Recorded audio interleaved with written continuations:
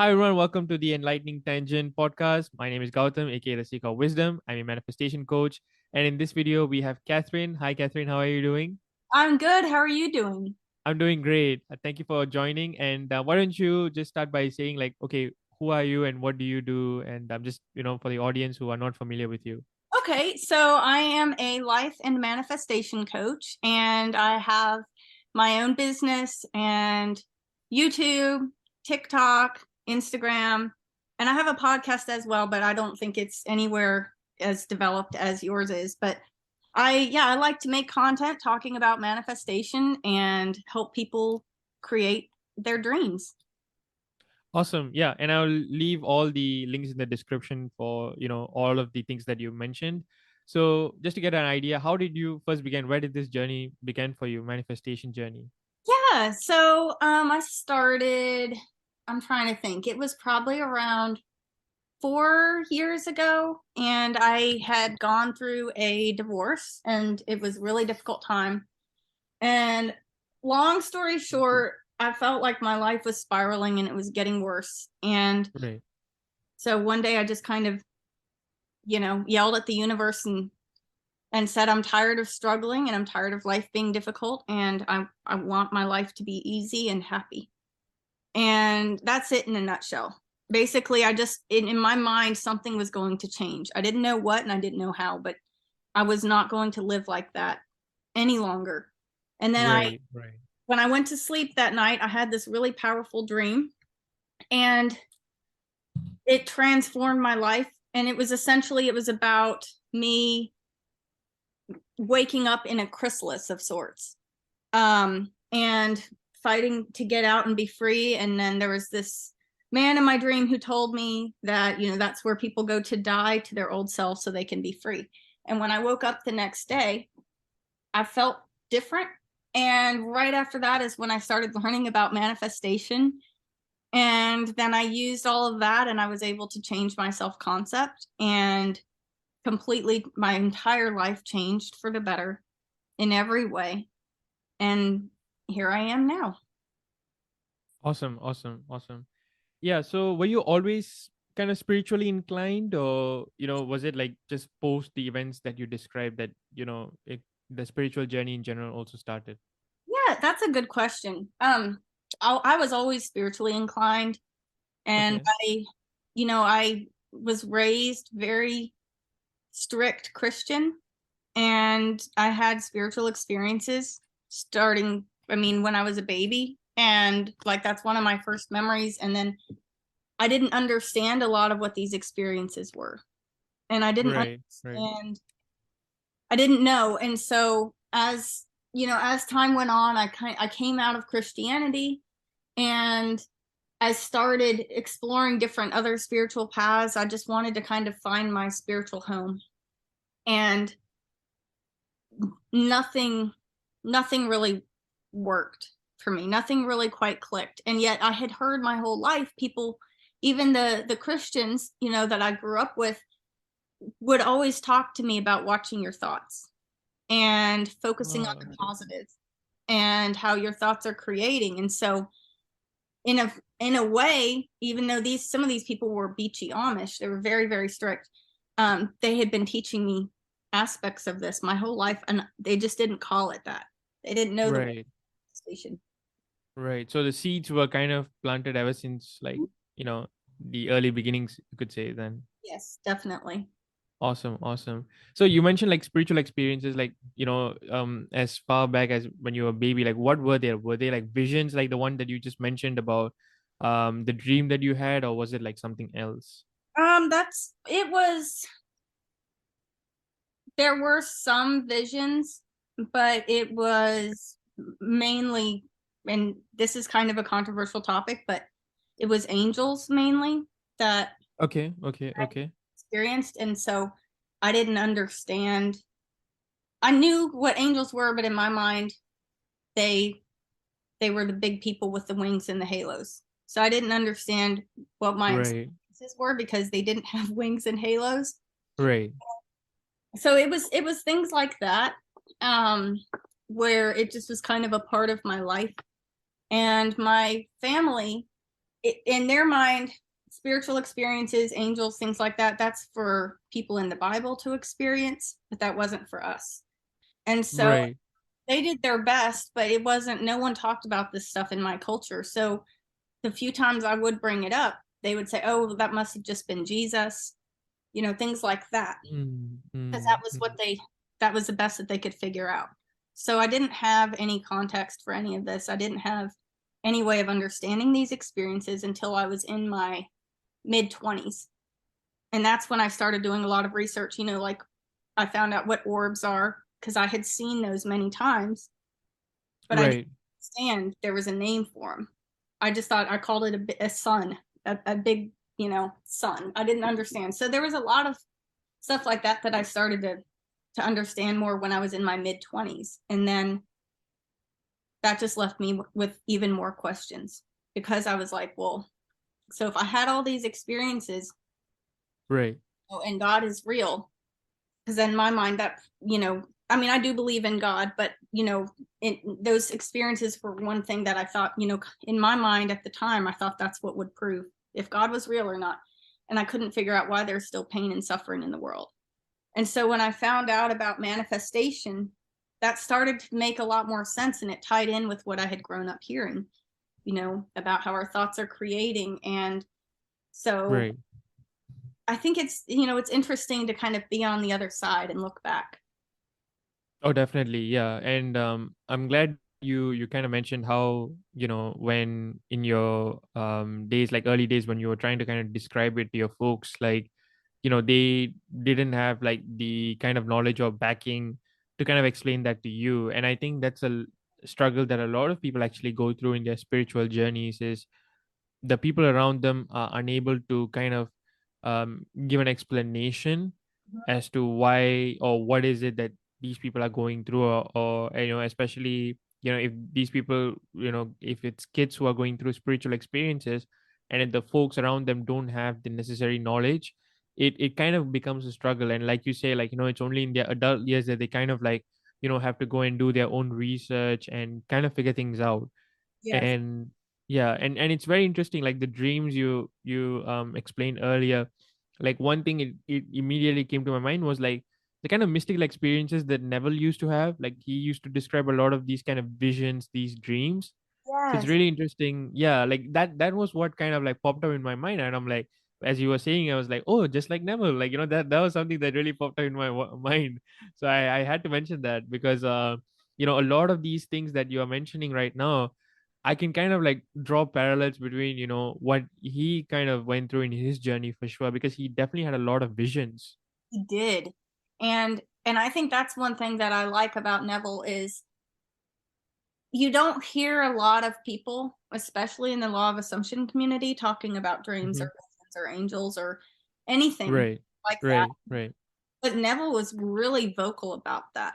And and I think, I think sometimes we can have these experiences, and if we don't understand them, we can write them off, or we can we can say it was just in our head. But at the end of the day, I think the most important thing is to see how these experiences affect us. I mm, know a lot of us have different opinions on what these experiences really truly are. And I don't know that I'll ever really know until I, pass away, any of the answers. right, But right, right. but I know that the effect that these experiences had on me was huge. And I think that, in the Bible talks quite a bit about dreams and visions too, which is what Neville Okay, okay. based his work on. So it's interesting. Like I think they can be really significant. Right. So what does the Bible say about dreams, if you don't mind me asking? Because I'm not really familiar with that aspect of it. Yeah. Oh, okay. Well, it's full of stories of people having these prophetic dreams and visions and Right. experiences, and Right. having angels appear to them in dreams and in waking life too. And Mm. there's a bunch of very powerful stories about dreams. And I'm trying to think of, if I recall, I think Joseph was sort of like a prophet in the Old Testament, and he had a really incredible story, and he had a lot of very powerful dreams that ended up predicting different things coming up for the kingdom that he lived in. And There was Right, right, right. the New Testament who had very powerful dreams, that transformed their lives. So I really resonate with that, you know. Right. Okay, okay, okay. Yeah, definitely. I mean, thanks for explaining that because like as soon as like I kid you not, as soon as I asked you to describe it, like one thing that came to my mind was like the word like Old Testament. Yeah. Because that's something I'm definitely kind of drawn to explore. Because I love the Middle East and the culture there and things like that. And like one thing, a lot of the Old Testament stuff like seems to have kind of originated from there a little bit. I'm not sure how true this is, but like Uh, um from there. yeah. Yeah, Sorry? it's all from the Middle East. The Right, right, right. and It's so fascinating. Yeah, yeah. oh my gosh, it is. And the one of the best books in my opinion for learning about manifestation is the book of Matthew in the New Testament. And then another great book for like Psalms and prayers of protection is Okay. Psalms in the Old Testament. Those are two of my very favorite books. And if you ever get into reading the Bible and you want to see what they taught about manifestation, you might be really surprised with how blatantly that's all it's teaching. And a lot of the stories, Right. in my opinion, are allegorical. Like Right, right, right. Noah, there's a story in the Old Testament, and I think it's in Genesis, and it's about a flood. Mm, Noah's Ark. Are you familiar mm. with that story? Yeah, the Spark Notes versions of it, I guess. I know the main story beats, I guess. Yes. Oh, okay. So, so that story is all about changing mental states, Right, right, right, right. and I didn't know that until like a few years ago, and it's one of those things where it's like it just went right over my head, and that's what most of the stories are. They're teaching different lessons. Right. So what does that in Noah's story like what does it mean what do you think it means when they talk about, having animals like go into the ark? Like what does that mean then? Like what does it symbolize? I think it symbolizes, so if it was, one of each, gender of each animal, two by Mm-hmm. two, Mm-hmm. I think it symbolizes taking these core beliefs with him. That's my personal take is, Ah, one of okay. everything in the world, one of, all the plants, all of that, I think they put the plants in there too. I need to reread this story, but that was my impression. And then there's the people that were beating on the ark, when it took off. And I think Mm. that was the old story trying to, get in, and they close themselves to it. And then the end, there's even the dove that he sends out to look for land. So there was the birds before land, Oh literally. yeah, yeah, yeah, yeah. Literally, yeah, yeah, yeah. So there's so much though. It's funny because for many years I really resented the Bible and I didn't want anything to do with it because I had such painful experiences with Christianity. And Mm. Mm. I was able to separate the Bible from the organized The religious, establishment, yeah, yeah, yeah. and so much of what I think is being taught in churches is not, in my personal opinion, I don't think it's what it was intended to be. Like Right, right, right. the message was of love and focusing on what is lovely, just, and pure, and it somehow got turned into something else. And I think that it's too bad because like the character of Jesus, who he was, I think is, such a great template for people who are learning how to Mm. manifest. That's what he taught. Mm. All he Mm. taught was manifestation. And but people, it's hard when we have so many we have a lot of examples that aren't good, that are connected with it. And so I think that more people are becoming aware and they're returning back to it, and they're seeing the wisdom that it actually teaches, and not interpreting it as messages of hate or division, you know like there's Right, right. return to it. Right, right. It's interesting. We were just talking about, the establishment and things like that, because I think one of the reasons why Neville was able to speak as freely as he kind of did was because he was not connected to any of those things. I think Joseph Murphy was connected to the establishment in a way. Reverend Ike was also connected to the establishment in a way. But I think part of the reason why Neville was able to kind of talk about all these things, is because of the fact that he was very independent, as I understand. He did his kind of own thing. And yeah, like it's interesting. And the experiences, everything that he described was from, experience. He didn't just come up with something. He didn't just, interpret the Bible per se, but he also spoke a lot of it from experience. He always, like, emphasized that a lot, you know that I'm Yeah. speaking from experience, and I wanted to get your view on this. Are you familiar with what Neville mentioned about the world between worlds? Are you familiar with that? To be honest, I need to get back to reading some Neville because I haven't read him for a while. So Right, I right. remember hearing the term, Mm-hmm, but mm-hmm, mm-hmm. I couldn't say with certainty. Is that kind of referring to by the world within worlds, kind of like a Twilight Zone or like the astral realm?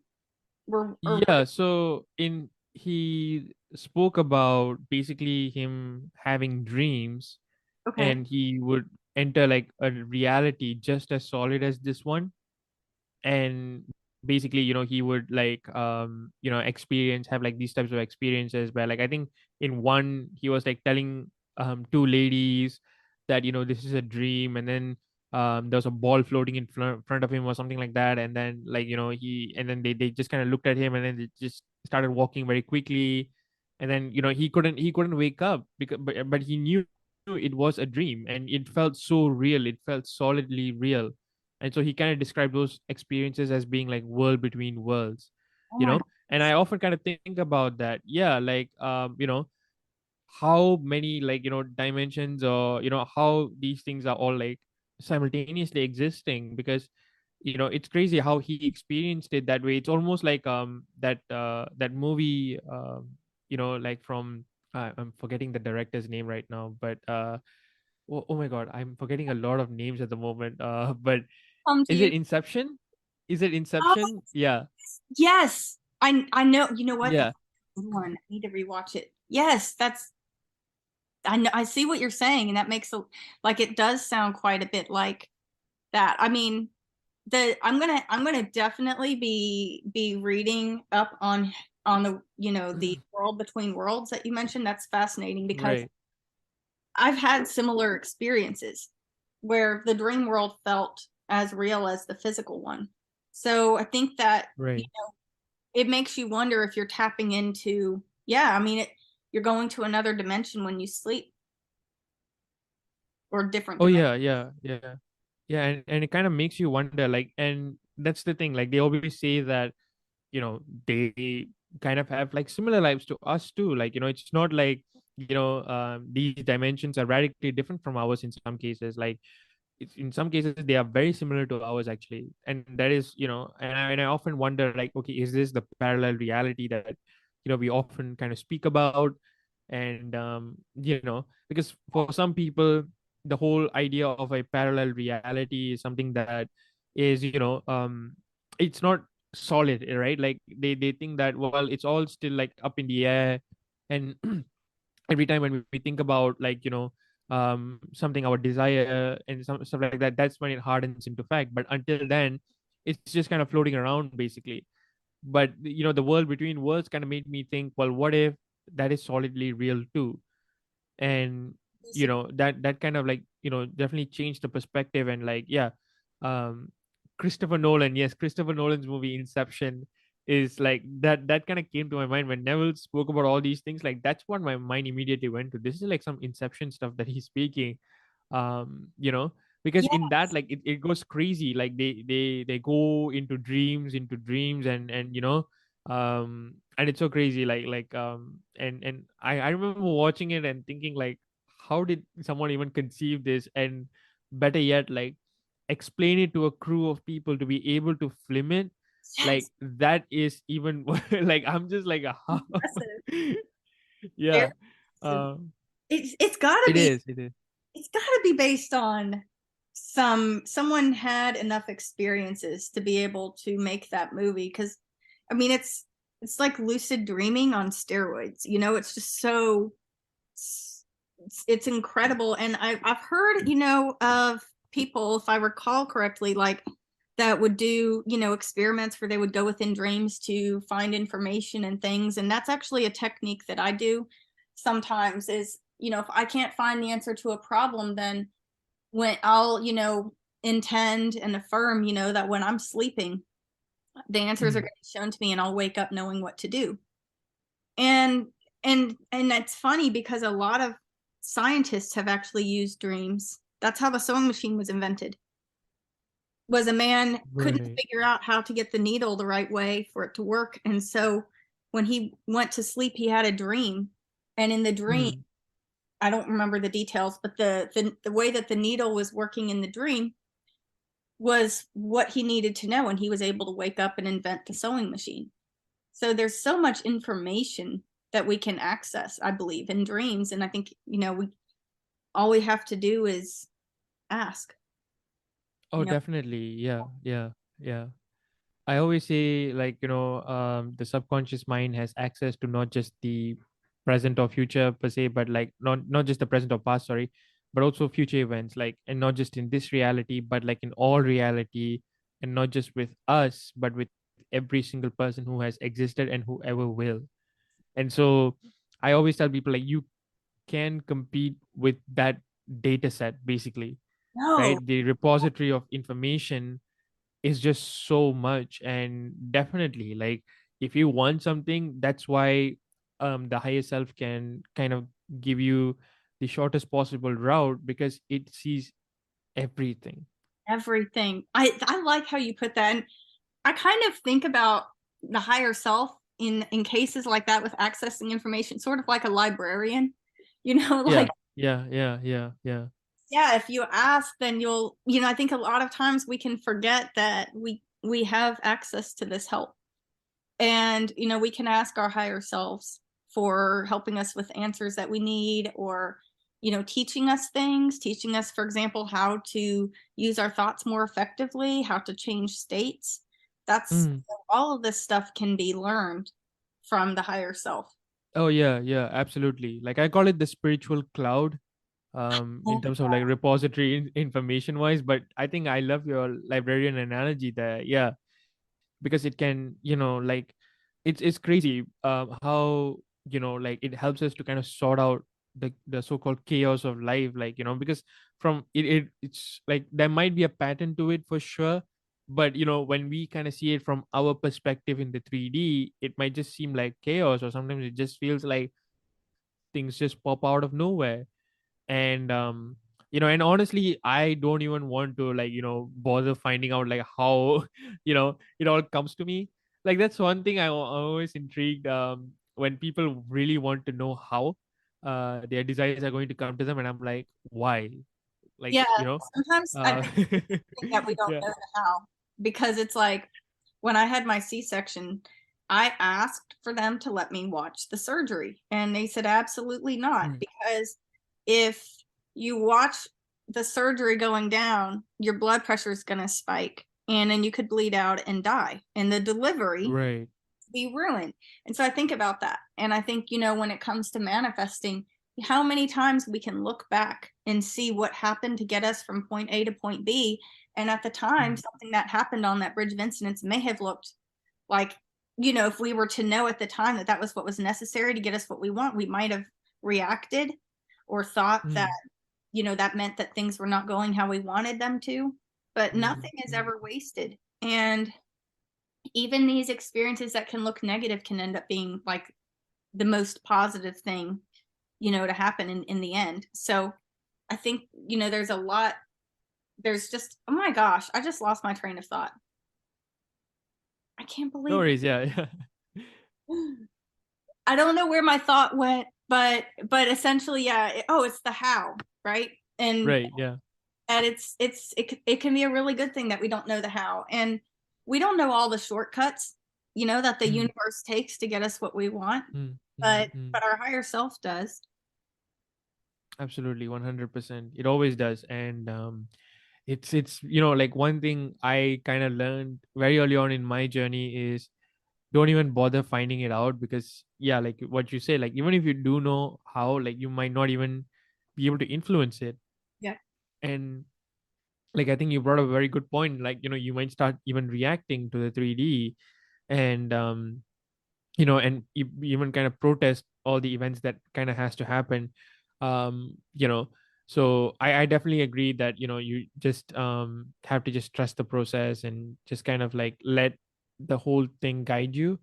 Excuse me. Definitely. Yeah. And I think that it's just what at the end of the day, our one of our main purposes, I guess, it's to kind of understand and recognize that we are God incarnate, and kind of recognize our true power. And that's why we are kind of like awakening. It's called awakening because we are asleep and we are like waking up to all these things. And I think it's really an interesting journey to just kind of wake up to things and kind of discover it in this lifetime. And it's been a blast. Like I like I always think about this, like where will the knowledge be, like for me, like maybe 10 years from now, Oh, what will I know more? yes. And it always kind of excites me. And yeah, I always think like what experiences, and I always feel like desires kind of being nudges to lead you towards your kind of realization that you are indeed God incarnate. And that's why I kind of just go with the flow. And I'm like, just one thing I would love to know your view about this is, I always tell people like just to kind of take the path of least resistance in as Yes. much as possible. And not to kind of struggle, and that doesn't mean not to persist, but don't struggle in the meantime as well. Like if something is giving you too much resistance, you know um I would definitely tell them to kind of reevaluate, and to see what is it. And always kind of take the path of least resistance, because that way you're much more in alignment. I feel like I would love to know your views on that. Yeah. Yeah. Oh, I agree. I think it can be hard too because, people can confuse inspired action with Mm-hmm. meddling with the 3D. And Mm-hmm. so, that's, I'm always, saying, take the path of least resistance. Because, for example, if you're married to somebody and you go to the grocery store and you don't remember if you guys have milk, are you just going to intend that they'll tell you, or are you going to call them? And it's like, Mm-hmm. sometimes, I don't think that it's meddling to, if someone is comfortable to pick up the phone and call somebody and sort something out, you know, versus waiting for them to do it. I think that there's, times when we should wait, and then I think there's times when we should take action. But at the end of the day, the most important thing is, I guess you could say, like, how is a person feeling? And like what you mentioned, if they're feeling a lot of resistance, then step back and take a break from it, or take your focus off of it in some way. Distraction can definitely help as well. But that leads to Right. another thing is, when it comes to affirming, I think some people can feel a lot of resistance with different affirmations. So if we affirm in steps, I call it Mm-hmm. the ladder technique. So if you like, Right. you can start at the very bottom and be like, instead of saying, for example, SP and I are married, if someone has a lot Mm-hmm. of resistance, they can say, I choose to believe it's possible, for example, for my affirmations to work, and SP and I can get married. And then I don't recommend affirming for the future, but in cases where there's a lot of resistance, building that foundational belief can be helpful, and then kind of move up. And then it can be like, no, like, I know that my affirmations are working. I know that SP loves me just as much as I love them. Kind of move up, but work with at a pace that is comfortable for the client. And Right. some people are great at skipping to the end, and some people Mm-hmm. Mm-hmm. prefer a more gradual approach. I think everybody's different, when it comes. What do you kind of like, what's your approach with clients? Like, do you recommend the ladder, like manifesting in ladder as you put it, or going straight to the end? It depends on the client. Because some people do a lot better if they just focus on the end, but some people have a lot of resistance with that. And so Absolutely. Yeah. Yeah.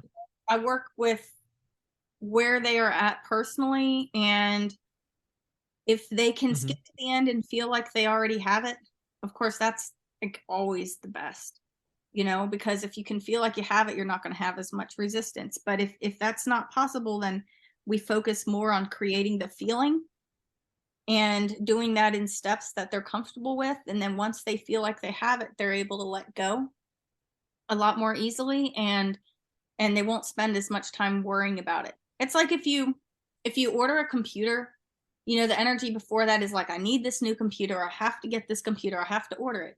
Then when the order's in, the energy shifts.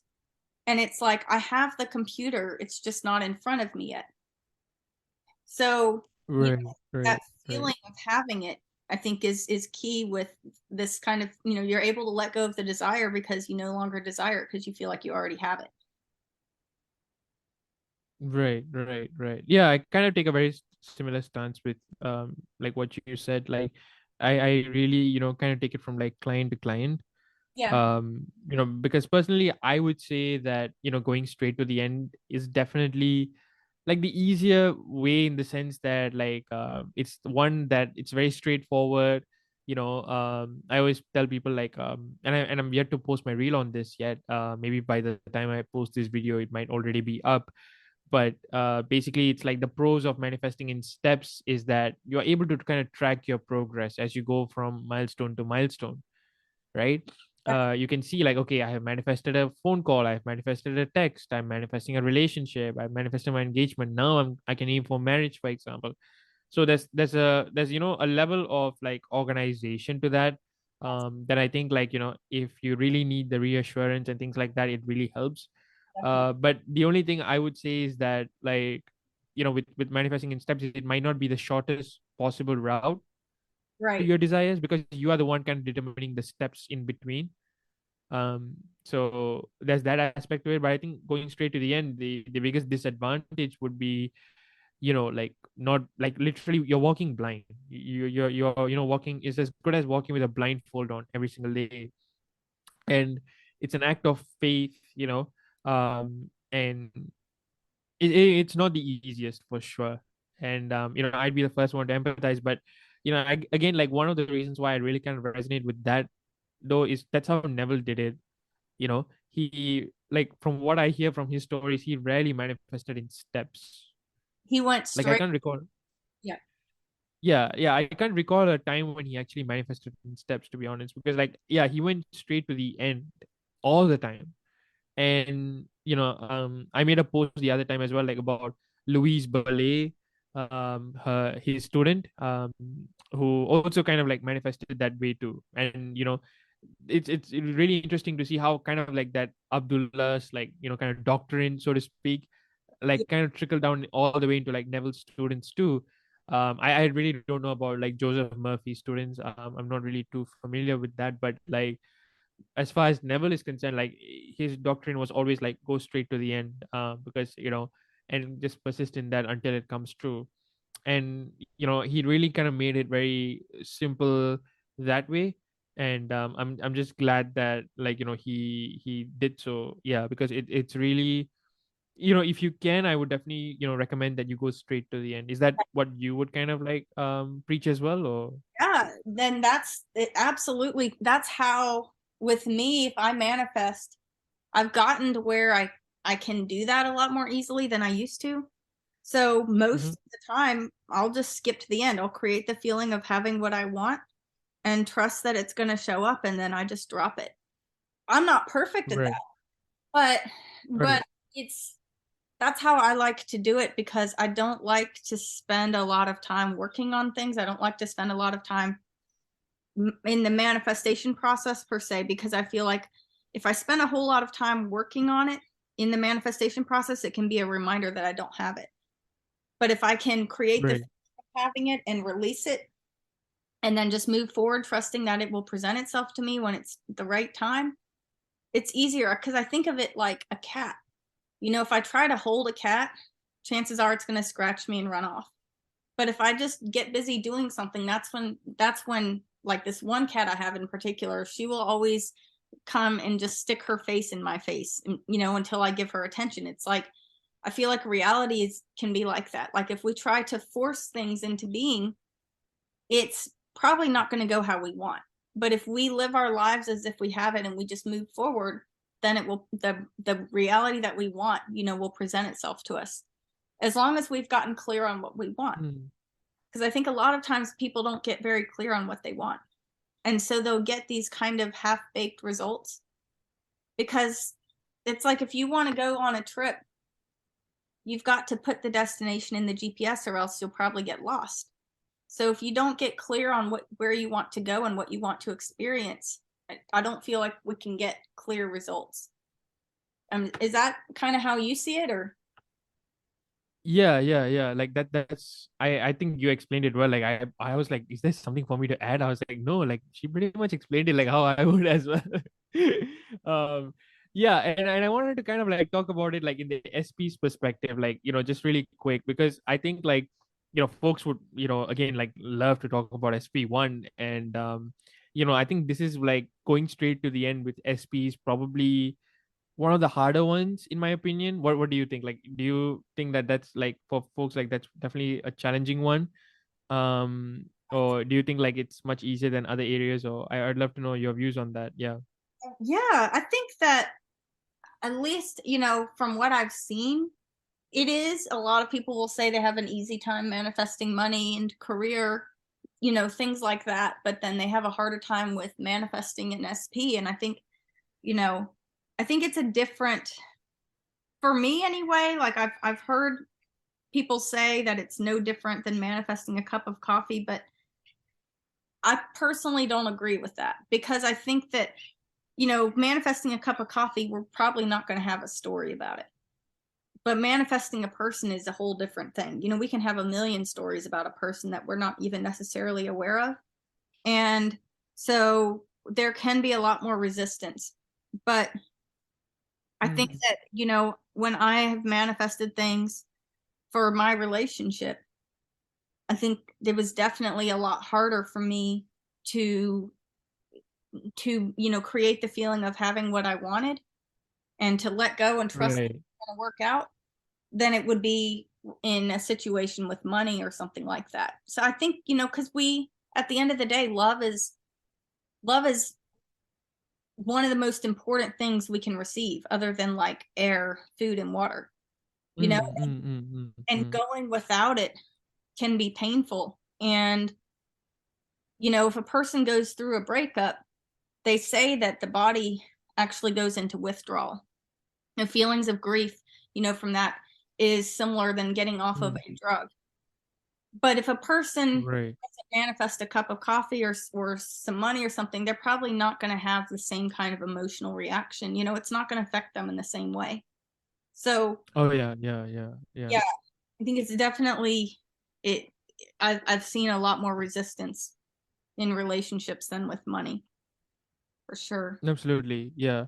So when it comes to like manifesting an SP, then like, when it takes like say a couple weeks or even months in some cases with clients, like what would you kind of advise them? Like, like what did you notice like with clients if they're taking say like months, or even weeks for that, like, and they are like maybe telling you, hey, I'm not sure if this is like working out, or like, or I don't see where this is going, especially because we know that there's movement behind the scenes, but it's so easy for someone to get disheartened when they can't see movement in front of them. So like, how do you tell them to deal with it? Yeah. Oh, that's a good question. I mainly what I will do is I will advise for them to create the energy of their desired relationship. And so focus on Mm, that. mm, And mm. it's, kind of like the imaginary boyfriend, imaginary girlfriend technique, where you can create the energy of having the relationship that you want. And you can Mhm. have it be, someone, through inner conversations with the SP. But if that's causing resistance at the time, maybe the person is like, when they're trying to think of being with their SP, and then their brain's like, no, you're not. That can make it more painful sometimes. And so till they Mm. get to a point where they are comfortable visualizing being with their SP again, then what I'll usually do is say, first off, focus on yourself and treating yourself as if you have the relationship that you want. Like, love yourself the way that you want to be loved. Prioritize yourself the way that you want to be prioritized, because that's often one of the bigger blocks is people want someone to treat them better than they treat themselves. And I don't feel like that really can work. I mean, I think that if a person has a low concept of themselves, then they're a lot more likely to settle for people that don't treat them right Right. and make excuses for other people's bad behavior. And, at the end of the day, if you can work on your self-concept and build that up and create healthy boundaries and things like that, then you're creating the space for the positive version of the SP to come through. But if Right. Right. Right. but if they stay attached mentally to the negative version of the SP, how can they experience the positive one? You have to let go of the negative version in order to receive the one that is in alignment with what you want. Right, right, right. So, like, I guess your kind of way would be to kind of like really give importance to the ideal version of them in their mind, and really kind of roll with that, I guess. Yes, keep your eyes focused on the version that makes you happy, and live as if you have it. And then treat yourself as if the way that you want for them to treat you. Essentially is what it is. So you're, trying to take away the feeling of, I guess you could say, like the feeling of, the emptiness that, someone wants their SP to fill. You're, instead of relying on them to make you feel the way that you want to feel, you create the feeling for yourself. That's how I manifested my relationship. Was I created an imaginary boyfriend, and then I just acted as if he treated me how I wanted to be treated. And I started being a lot more kind to myself too. And I completely, Right. that's how I was able to meet the man that I'm with now. So I feel like, if we stay focused on trying to manifest something, but it's a focus that's based in lack, then we're not going to get where we want to go. There's a point when we have to just walk in faith and trust that we're going to receive what we want. So, Okay, okay, okay. Yeah, yeah, yeah. No, I agree with you 100%. Yeah. so it's like taking your eyes off of the lack, and find distraction can be great too. But the thing is, I don't think that all manifestations are meant to be received instantly either, because you can do everything right. Like, think about it, like if you're planting a seed and you can prepare the soil and do everything right, plant it just right. But if there is a concrete sidewalk poured on top of that seed, it's not going to come up, at least not for a really long time. So if there's limiting beliefs and blocks that are in place, that relationship, even though someone did everything they were supposed to manifest it, it's kind of like their system will automatically reject it, like auto reject, because the conditions aren't going to support it. So in that way, I think I remember when I waited for my manifestation, and Hmm. for like 8 months, maybe, I don't remember, but it was a long time, and I was so frustrated. And I'm looking back though, and I think that the timing of it was good, because at the time when I started working on manifesting that relationship, I still had some limiting beliefs in place that would not have supported it. So even if I had gotten a relationship, it would have fallen apart. It's like poisoned soil versus fertile soil. So sometimes, Right, right. and hindsight is 2020. So, we can look back and see why. That's one thing that's interesting, is once my clients get their results, in cases where it took longer than what they wanted, I'll ask them when they get their results, looking back, can you see the changes that, you have made within yourself and in your life, and how that has affected the viability of this relationship? And it's interesting to hear their responses, when they reflect back on their journey and where they've come since changing within. Right, right. So in your journey, like you went general then, like for your SP, like you kind of just had a ideal man and what that kind of looks like and what that feels like and whatnot, and then someone can just kind of fit that role. Is that what happened in your journey? That's so I had some SPs in the past, and Okay. that's actually kind of how I learned about manifesting.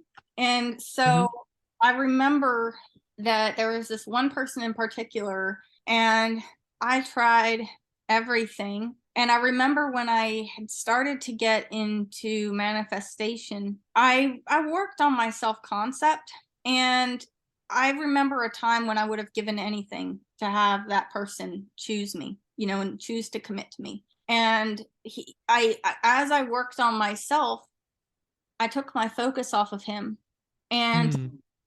he came back and he wanted to commit to me everything that I had wanted, that I had been, working on manifesting before I stopped. He offered me. But at that point, that was just my personal choice, was no. That Mm. my self-concept had changed, and I felt like that he was in alignment with an old version of myself. And I just I know I could have revised things, but I just didn't want to at that point, because that's Yeah. how I met the man that I'm with now. So Mm. I Mm. think it's Mm. interesting how I really do believe that people come back, and Mm-hmm. they'll come back, and then the person will get the chance to choose. And sometimes they want to be with that person, and sometimes they decide that that person is no longer what they want. But I think people can think that if they let go, that the person is just going to disappear into thin air. And that's not true. People come back. I think of people kind of like, they can be like boomerangs, you send that energy out. Oh yeah, I literally made that tweet. Yeah, like I literally said that your speech is like a boomerang. Oh, are you serious? That, and they are, right? Like, Right, right. yes, that's perfect. And so, you have to let go in order for it to come back. Absolutely. Yeah, yeah, yeah. So I wanted to kind of get your opinion on something like, which is kind of interesting, is that, if you can have, anyone conform, right? If you can have anyone kind of conform to the ideals that you want in a partner, right? What do you think separates, that, like, from us choosing maybe say our ex who has conformed, compared to our like maybe say like a new SP, for example? What do you think is the separating factor there? Because I'm always kind of like, I was just thinking about it, and I just couldn't, like, maybe I was thinking, maybe is it the old story, but you wouldn't have confirmed them if you kind of didn't let go of the old story. So Yes. it's probably not that. So I'm just like thinking, like, what is it? So in your opinion, is there a distinguishing factor of sorts that, Like, says like, well, the confirmed SP may not be the best option for me compared to the new SP, basically. Yeah. I think that it depends on the person. Like, I Hmm. know in my own situation, I was aware that the story I had created is what caused me to experience a version of him that would not commit to me. I knew that, Hmm. but at the same time, I just didn't want that anymore. I didn't want to. I think, we have a choice, as to what we assume about people. And Hmm. even though he did come back, the way that I wanted for him to, my personal choice was I was no longer interested in him. And I found someone who, appeared how I wanted him to right off the bat. And Hmm. so that was if, but I think that some people, really resonate more with their SP coming back. So it's ultimately going to just be by the person and by their own situation and how they feel about that person. That, Right. for me, represented a part of my life I didn't want to go back to, because that's when I had met him. So Ah, okay, I okay, think okay. maybe it has something to do with, and actually it's funny, I had a client say something like this recently too, is they said that one of their blocks that we were working on actually was that their SP reminded them of a time in their lives that they didn't want to be, associated with anymore. Which makes sense. Yeah, it does make sense. Yes. um and that kind of like leads me to like have another question, which is, how much ownership do you think we have when it comes to our desires? Like, how much do you think can we actually say, like, okay, the desires that we are actually having, to wanting to experience maybe wealth, or and things like that, for example, how much ownership do you think we can take? Like, is it like the higher self like kind of nudging us towards that, or is it just us? What is it like in your opinion? Like, because there's something kind of at play that kind of helps us to kind of I feel like is a guiding us away from like, okay, maybe this X who has confirmed maybe is still not the ideal person for you, Right. right? And it kind of like just detracts that desire and kind of helps us to focus on the the new person, whoever we want to end up with, basically.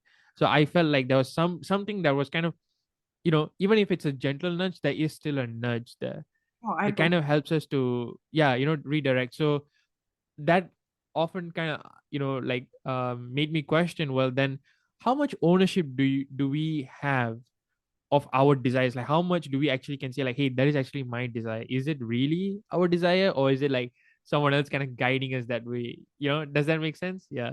Yes, I see what you're saying. And you know, I I personally would like to believe that it's not just me, that I do Mm, have my higher self watching over me. mm, mm, And mm, I think that there's a lot of stuff going on behind the scenes that we are not aware of. And I think scientists said we only perceive, what is it, like 2% of what's around us. And so I think that, you know, wow. with the concept of the higher self, if they're guiding us, Mm, I have had times where I've definitely felt like I was being guided to something or away from something. 100%, 100%. Right? Like, Yeah. and I think about it like this is probably not at all a popular opinion, but I think that some of the things that I have desired in the past Mm, are really not good for me. And so mm, it's like just because a person can manifest something, I don't believe it means that we always should. Like I can, I think about like a kid that goes to the candy store and they want to eat like a pound of candy every day for breakfast. The parents probably that technically the kid could, but is the parent going to encourage that?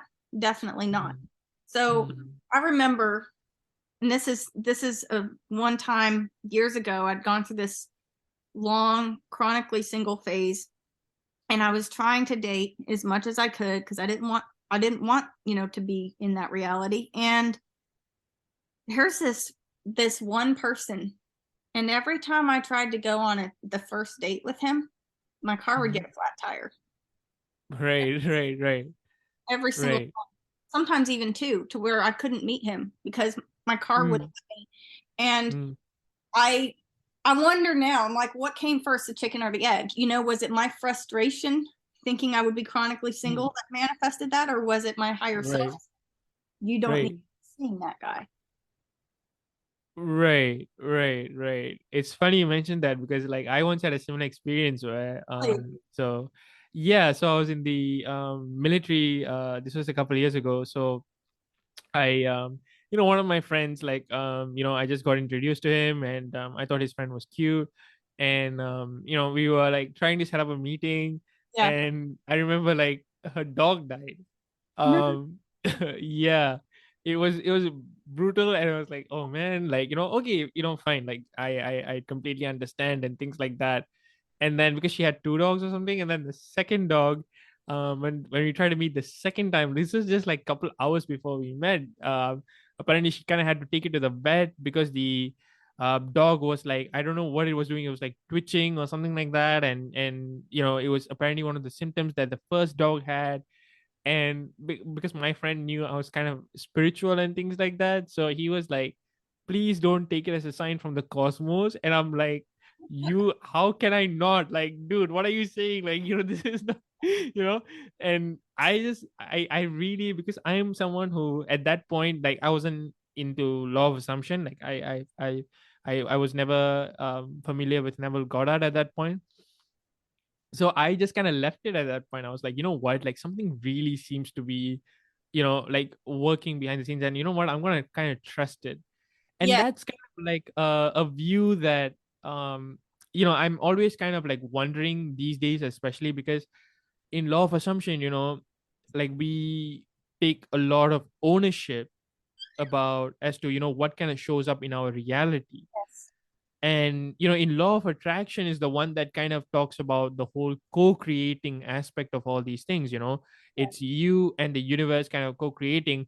And I guess one of the dangers with that was that if something didn't go your way, you can always kind of shift the blame to this entity that you don't see around you, right? Yes, yes. And it takes away, that's such a good point, because it's like, I do believe we need to have we need to take responsibility for our lives and for what we, Right. but I don't think that we are responsible for every single thing that happens in our world, because Right. I look back at, if, the tragedy is that people get abused and they have, terrible things happen to them. And, Mm, children come into this world innocent with no idea of what, mm, what mm. evil is. And yet sometimes, children have horrible things done to them. So it's a Yeah. dark example, but I think about that because I think, children don't manifest being abused. How that's not, they can't, because they don't understand. They don't have that concept. So I don't think that, I think that there is bad in the world, and I think that, some of it at least is independent of us. And I don't know exactly, I don't know where the line is with that, right? Because if our thoughts are creating Right. dimensions, but I do think that it can be very dangerous if we start saying, like the devil made me do it and stuff like that, because that's not taking Right. responsibility. That's shifting blame to something that's invisible, and that's just not, that's not, I don't think that's going to help anybody. Absolutely. Yeah. And I guess that's kind of my conflict at times is I was like, where do we draw the line? Yes. Because my mother had questioned me something similar with like what you said about the kid, and I think like everyone kind of gets what we are kind of getting towards, like horrible things happening to kids and whatnot. Yes. But that was actually brought up, and I didn't honestly have a good answer, because I was like, if everyone creates their reality, could someone have planted that into them? Could they Yeah. have experienced something subconsciously? But there was no concrete answer for that, like even in my books, like, because like surely a kid didn't consciously like think about it, but like could it have happened subconsciously? But if someone is co-creating, why would that higher power kind of put that into that person's life, like in a kid's life? I'm Yes. also kind of like forced to question that. So but you're right, like like I don't think there's a clear line there. And I try to take a very balanced approach, like if something happens more than twice, like the whole dog thing, for example, then definitely like I kind of see it as, okay, you know what, maybe it's better for me to take a step, even if there isn't something, but I'm already starting to think there might be something. So it's better for me to kind of take a step back, because my thoughts are not in alignment to what I want here anyway. Exactly. um And so I it's, kind of make that judgment call. Yeah, yeah.